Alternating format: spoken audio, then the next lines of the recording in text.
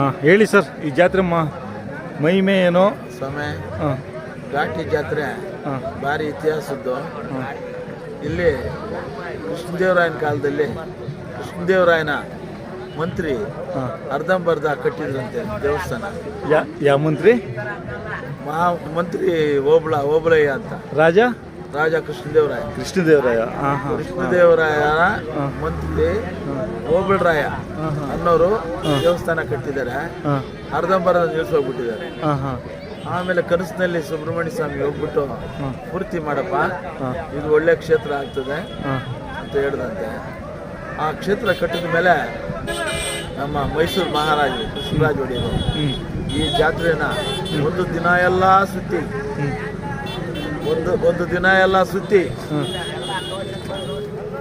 ಇದನ್ನೆಲ್ಲಾನು ಜಾತ್ರೆಗೆ ಅಂತ ಕೊಟ್ಟಿದ್ರು. ಕ್ರಮೇಣ ವರ್ಷ ಕಳೆದ್ರೆ ಇದನ್ನೆಲ್ಲ ನಾನು ಒಬ್ರಿಗೊಮ್ಮೆ ಸಾಗುವಳಿ, ಇನ್ನೊಂದು ಗೋಮಾಳ ಅಂತೂ ಹಂಗೆ ಹಿಂಗೆ ಅಂತಂದು ಎಲ್ಲ ಸೇರಿಸ್ಕೊಂಡ್ಬಿಟ್ರು. ಇವತ್ತು ಈ ಜಾತ್ರೆಯಲ್ಲಿ ಜಮೀನುಗಳವ್ರಿಗೆ ದನ ಕಟ್ಟೋದಕ್ಕೆ ಕಾಸು ಕೊಡಬೇಕಾಗಿದೆ. ಈಗ ಪ್ರಾಧಿಕಾರ ಅಂತ ಮೊನ್ನೆ ಮಾಡಿದ್ದಾರೆ ಸರ್ಕಾರದ ವತಿಯಿಂದ. ಇನ್ನು ರಸ್ತೆ ಇಕ್ಕೆಲಲ್ಲಿ ಎಷ್ಟು ವ್ಯಾಪ್ತಿಗೆ ಬರ್ತದೋ ಅದನ್ನೆಲ್ಲ ಬಿಡಿಸ್ಕೊಂಡು ಜಾತ್ರೆನ ಚೆನ್ನಾಗಿ ಮುಂದೆ ಕಟ್ಟಿಸ್ಕೊಡ್ತಾರೆ. ಅದು ನಮ್ಮ ಮುಜರಾಯಿ ಮಂತ್ರಿಗಳು ಹೇಳಿದ್ದಾರೆ, ಪ್ರಾಧಿಕಾರಸ್ಥರು ಹೇಳಿದ್ದಾರೆ. ಈ ಜಾತ್ರೆಯಲ್ಲಿ ಆ ದೇವಸ್ಥಾನದ ವತಿಯಿಂದ ಅನ್ನದಾಸೋಹ ನಡೀತದೆ. ಮೇಲಾಗಿ ವಿದ್ಯುತ್ ಶಕ್ತಿ, ನೀರು ಎಲ್ಲ ಕೊಡ್ತಾ ಇದ್ದಾರೆ. ಈಗ ದಾನಿಗಳು ಹುಲ್ಲು ಕೊಡ್ತಾ ಇದ್ದಾರೆ. ಅದರಿಂದ ಎಷ್ಟೋ ಜನ ಭಕ್ತಿಗಾಗಿ ಬರೋ ಜನ ಹುಲ್ಲು ಸುಮಾರು 3-4 ವರ್ಷದಿಂದ ಹುಲ್ಲು ಕೊಡ್ತಾ ಇದ್ದಾರೆ. ಯಾವ್ದೋ ಸಂಘ ವತಿಯಿಂದ ಮಾಡೋದು ಮಹಾ ಪುಣ್ಯ. ಹೌದೌದು. ಸುಬ್ರಹ್ಮಣ್ಯ ಸ್ವಾಮಿ ನೋಡೋದು ಮಹಾ ಪುಣ್ಯ. ನಂದಿ ಅಂದ್ರೆ ಈಶ್ವರನ ವಾಹನಗಳು. ಅಲ್ಲಿ ನಮ್ಮ ನಂದಿ ಜಾತ್ರೆಯಲ್ಲಿ ಈಶ್ವರ ತಪಸ್ ಮಾಡುವಾಗ ನಂದಿ ಪೂರ್ವಾಭಿಮುಖವಾಗಿದ್ದಂತೆ. ನಂದಿ ಅಂದ್ರೆ ಇದು ನಂದಿ ಬೆಟ್ಟ, ನಂದಿ ಹಿಲ್ಸು. ಆಗ ವಿಘ್ನೇಶ್ವರನ ನೀನು ಪೂರ್ವ ಕಡೆ ನೋಡ್ಕೋಪ ಅಂತ ಹೇಳಿದಾಗ ಅವರು ಕುರುಡುಮಲೆಗೆ ಹೋಗಿ ಅಲ್ಲಿದ್ರಂತೆ. ತಾಯಿ ಪಾರ್ವತಮ್ಮ ಈ ಕಡೆ ಹೋಗಪ್ಪ ನೀನು ಅಂತ ಹೇಳಿದಂತೆ, ಪಶ್ಚಿಮಕ್ಕೆ ಹೋಗುವಂತ. ಇಲ್ಲಿ ಬಂದ್ರೆ ನರಸಿಂಹಸ್ವಾಮಿ ಇದ್ರಂತೆ, ಅವರ ಆಶ್ರಯ ಪಡೆದು ಇಲ್ಲಿ ನಮ್ಮ ಸುಬ್ರಹ್ಮಣ್ಯ ಸ್ವಾಮಿ ಇಲ್ಲಿ ನೆಲೆಸಿರೋದ್ರಿಂದ ಮುಖ್ಯ ಸುಬ್ರಹ್ಮಣ್ಯನ ಮೀರಿಸ್ತಾ ಇದೆ. ಇವತ್ತು ಅನೇಕ ಮದುವೆಗಳಾಗ್ತಾ ಇದ್ದಾವೆ. ಮದುವೆಗಳು ಸುಬ್ರಹ್ಮಣ್ಯ ಸ್ವಾಮಿ, ಆಂಜನೇಯ ಸ್ವಾಮಿ, ನರಸಿಂಹಸ್ವಾಮಿ ಮೂರು ಇದ್ದಾರೆ. ವಿಷ್ಣು ಅವರ ಸಹಕಾರಕ್ಕೆ ಇವ್ರು ಬಂದಿರೋದು. ಈಶ್ವರ ಪೂರ್ವಾಭಿಮುಖವಾಗಿ ಹೋಗಪ್ಪ ಅಂತ ಹೇಳ್ದ ವಿಘ್ನೇಶ್ವರನ್ಗೆ, ಕುರುಡ್ಮಲೆಗೆ ಹೋದ. ಪಶ್ಚಿಮಾಭಿಮುಖ ಹೋಗಪ್ಪ ಅಂತಂದಾಗ ಅಯ್ಯಪ್ಪ ಬಂದು ಘಾಟಿನಲ್ಲಿ ಸೇರ್ಕೊಂಡ ಸುಬ್ರಹ್ಮಣ್ಯ. ಇದು ಈ ತರ ಹಿಂದಿನ ಕಾಲದವರು ನಮ್ಮ ತಂದೆ ತಾಯಿಗಳು ಈ ತರ ಇಲ್ಲಿ ಓಡಾಡಿ 100 ಮೈಲಿ ನಡ್ಕೊಂಡು ಬಂದು ಆ ಗುಡ್ಡದ ಮೇಲೆ ಕಟ್ಕೊಂಡು ಇದ್ದಾಗ, ನನಗೆ ಚಿಕ್ಕವನಿದ್ದಾಗ ನನಗೆ ಕಥೆಗಳು ಹೇಳ್ತಾ ಇದ್ರು. ಅದರಿಂದ ನಾನು ಆ ಕಥೆನ ಹೇಳಕ ಇಷ್ಟಪಡ್ತೀನಿ. ನಾನು ಇಷ್ಟಪಡ್ತೀನಿ. ಆಮೇಲೆ ಇನ್ನು ನಾನು ಹೇಳುವಂಥ ಕಥೆನ ಅನೇಕ ಜನ ಕೇಳ್ತಾರೆ.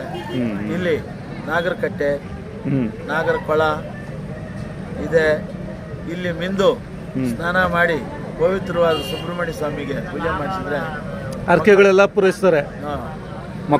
ಆಗದಿದ್ದವ್ರಿಗೆ, ಮದುವೆ ಆಗದಿದ್ದವ್ರಿಗೆ. ಆಮೇಲೆ ಇಷ್ಟು ದೊಡ್ಡ ಜಾತ್ರೆಯಲ್ಲಿ, ಕಾಡು ಪ್ರದೇಶದಲ್ಲಿ ಇದು ಜಾತ್ರೆ ನಡೆದ್ರು ಕೂಡ ಯಾರ ಕಣ್ಣಿಗೂ ಸರ್ಪ ಕಾಣಿಸಲ್ಲ. ಆದಿಶೇಷನ ಒಂದು ಆಜ್ಞೆ ಇರಬೇಕೋ ಏನೋ. ಇದು ಕಾಡು ಪ್ರದೇಶನೇ. ಇಷ್ಟು ದೊಡ್ಡ ಜಾತ್ರೆ, ಸಂಧಿ ಗುಂಡು ಪಕ್ಕಗಳಲ್ಲೆಲ್ಲ ಕಟ್ಕೊಂಡಿದ್ದಾರೆ ಜಾತ್ರೆ. ಯಾರ ಕಣ್ಣಿಗೂ ಕಾಣಿಸಲ್ಲ ಸರ್. ಇದೊಂದು ವಿಶೇಷ ನೋಡಿದ್ರ. ಅದರಿಂದ ಇಲ್ಲಿ ಭಕ್ತಿ ಜಾಸ್ತಿ ಆಗಿದೆ, ಪುಣ್ಯಕ್ಷೇತ್ರ ಆಗಿದೆ. ಬರೋರ್ಗು ಹೋಗೋರ್ಗು ಸರ್ವರ್ಗೂ ಒಳ್ಳೆ ತಾಣ ಆಗಿದೆ. ಇವಾಗ ಈ ಕ್ಷೇತ್ರದ ಹಿಂದ್ಗಡೆ ಒಂದು ಗೋಶಾಲೆ ಇದೆಯಲ್ಲ, ಅದ್ರಲ್ಲಿ ನಮ್ಗೆ ಹೋಗಿದ್ದೀರಾ? ಹೌದು ಸರ್, ಅದನ್ನು ಈ ಇವರು ಪ್ರೈವೇಟ್ ಮಾಡ್ಕೊಂಡಿದ್ದಾರೆ. ಅವರು ನನ್ನ ಊರಿಗೆ ಬಂದಿದ್ರು. ಕೇಳಿದ್ರ ಇದನ್ನ? ಇದನ್ನ ಕೇಳಿದ್ರಾ? ಇದನ್ನು ಕೇಳಿದ್ರು, ಡಾಕ್ಟರ್ ಬಂದಿದ್ರು. ಹಾಂ ಹಾಂ. ಆಯ್ತು ಸರ್, ಜಾತ್ರೆ ಎಲ್ಲ ಆಗಲಿ, ನಾನು ನೋಡೋವೆಲ್ಲ ನೋಡಿ ಹಾಂ. ಇದಕ್ಕೆ ಇದರಲ್ಲಿ ಒಳ್ಳೆ ಸಮೇತ ಬರ್ತದೆ, ಇದು ಎರಡಲ್ಲಿ ಹಾಕಿದೆ. ಯಾಕಂದರೆ ಮೊದಲಿಗೆ ಈಗ ಎಲ್ಲ ಕೃತಕ ಧಾರಣೆ ಆಗ್ತಾ ಇದೆ, ಕೃತಕ ಗರ್ಭಧಾರಣೆ ಆಗ್ತಾ ಇದೆ. ಇಲ್ಲೆಲ್ಲ ನಮ್ಮ ಮಳಿಕೆರಲ್ಲಿ ಕಮ್ಮಿನೇ ಅದು. ಆಮೇಲೆ ಇದು ಮದ್ರಾಸ್ ಹೈಕೋರ್ಟ್ನವರು ಸ್ವಾಭಾವಿಕ ಅಂದರೆ ದನದಿಂದ ದನಕ್ಕೆ ಆರಿಸಿ ಕರು ಪಡಿಬೇಕು ಅಂತ ಆದೇಶ ಮಾಡಿದ್ದಾರೆ.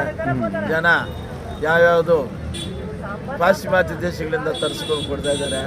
ಇವತ್ತು ಪಾಶ್ಚಿಮಾತ್ಯ ದೇಶಗಳಿಂದ ಬಂದಿರುವಂಥ ಹಸುಗಳಲ್ಲಿ ಒಳ್ಳೆ ಹಾಲು ಬಂದ್ರೂ ರಕ್ತ ಕುಡಿತಾ ಇದ್ದೀವಿ ಸ್ವಾಮಿ. ಯಾಕೆಂದರೆ ಬೆಳಗ್ಗೆ ಎಲ್ಲ ಇಂಜೆಕ್ಷನ್ ಹಾಕ್ತಾರೆ, ಮಧ್ಯಾಹ್ನ ಎಪ್ಪು ಕಡ್ತದೆ, ಸಾಯಂಕಾಲ ಅದನ್ನ ಕರ್ಕೊಳ್ತೀವಿ, 10 ಗಂಟೆಗೆ ಕುಡಿತೀವಿ, ಬೆಳಗ್ಗೆ ಎದ್ದು ಮಜ್ಜಿಗೆ ಕುಡಿತೀವಿ. ಎಲ್ಲ ಆಗ್ತಾ ವಿಧಿ ಇಲ್ಲ, ಹಂಗಾಗ್ಬಿಟ್ಟಿದೆ. ಆಗ್ಬಿಟ್ಟಿದೆ. ಇವತ್ತಿನ ದಿವಸ ತಾಯಿ ಎದೆ ಹಾಲು ಕೊಟ್ರೆ ಅದಕ್ಕೆ ಎಲ್ಲರೂ ಹಳಿಕರು ಅಥವಾ ಅಮೃತ ಮಾಲು ಸಾಕಿ, ಮಲೆನಾಡು ಗಿಡ್ಡ ಸಾಕಿ ಹಾಲು ಮಕ್ಕಳಿಗೋಸ್ಕರ ಆದರೂ ಇದು ಮಾಡಿ ಅದು ಚೇಂಜ್ ಆಗ್ತಾ ಇದಾರೆ ಕೆಲವರು. ಎದೆ ಹಾಲು ಅಮೃತದ ಸಮಾನ ಅಂದ್ರು. ಇವತ್ತು ತಾಯಿ ಈ ಒಂದು ರಸಗೊಬ್ಬರಗಳ ಒಂದು ವಿಷಪೂರಿತ ಆಹಾರಗಳು ತಿಂದು ಎದೆ ಹಾಲು ಸ್ವಲ್ಪ ಕಲ್ಮಶ ಆಗ್ತಾ ಇದೆ ಸರ್. ಅದರಿಂದ ರೈತಾಪಿಗಳು ಎಲ್ಲ ಯೋಚನೆ ಮಾಡಿ ಇವತ್ತು ಹಳ್ಳಿಕಾರ್ ಕಟ್ಕೊಂಡ್ರೆ ಮತ್ತೆ ಹೊಸ ಸ್ವತಂತ್ರ ಪಡೆದಂಗೆ ಆಗ್ತದೆ. 1947ರಲ್ಲಿ ಬ್ರಿಟಿಷರ ಕಡೆಯಿಂದ ಸ್ವತಂತ್ರ ಪಡೆದ್ರು. ಇವತ್ತಿನ ದಿವಸ ಸೀಮೆ ಹಸುಗಳನ್ನ ಕೈ ಬಿಟ್ಟು ನಾಟಿ ದನಗಳನ್ನ ಕಟ್ಕೊಂಡು ಹಳ್ಳಿಕಾರನ ಅಮೃತ ಮಾಲನ್ನ ಬೆಳೆಸಿದ್ರೆ ಹೊಸ ಸ್ವಾತಂತ್ರ್ಯ ಬಂದಂಗೆ ಆಗ್ತದೆ ಅಂತಂದ್ಬಿಟ್ಟು ನಾನು ಕೆಲವು ಮಾತು ಹೇಳ್ತೀನಿ. ಅಷ್ಟೇ ಅಲ್ಲ, ನಿಮ್ಮಂತ ಯೂಟ್ಯೂಬರ್ಸು, ಅದರಲ್ಲೂ ಮೇಲಾಗಿ ನಮ್ಮ ಗಿರೀಶು ಮತ್ತೆ ನಾಗೇಶು, ಇವರಿಬ್ರು 2 ಕಣ್ಣುಗಳಿದ್ದಂಗೆ. ಈಗ ಹೊಸ ಹುಡುಗರು ಬಂದಿದ್ದಾರೆ, ಅವ್ರಿಗೆ ಸರಿಯಾಗಿ ಪ್ರಶ್ನೆ ಮಾಡೋಕ್ಕೆ ಬರೋಲ್ಲ. ಏನೋ ಅಂದ ಚಂದವಾಗಿ ಬಂದು ನೋಡಿಸ್ಕೊಂಡು ಹೋಗ್ತಾರೆ. ಗುಡ್ಡ ಬೆಟ್ಟ ಹತ್ತಿ ಇಳಿದು ಓಡಾಡಲ್ಲ. ಕಷ್ಟ ಬೀಳ್ತಾರಂತ ನಾಗೇಶು, ಗಿರೀಶ್ಗೂ ನಾನು ಧನ್ಯವಾದ ಹೇಳ್ತಾ ನನ್ನ ಮಾತನ್ನು ಮುಗಿಸ್ತೀನಿ. ಧನ್ಯವಾದಗಳು ಸ್ವಾಮಿ ನಿಮ್ಮ ಮಾಹಿತಿಗೆ.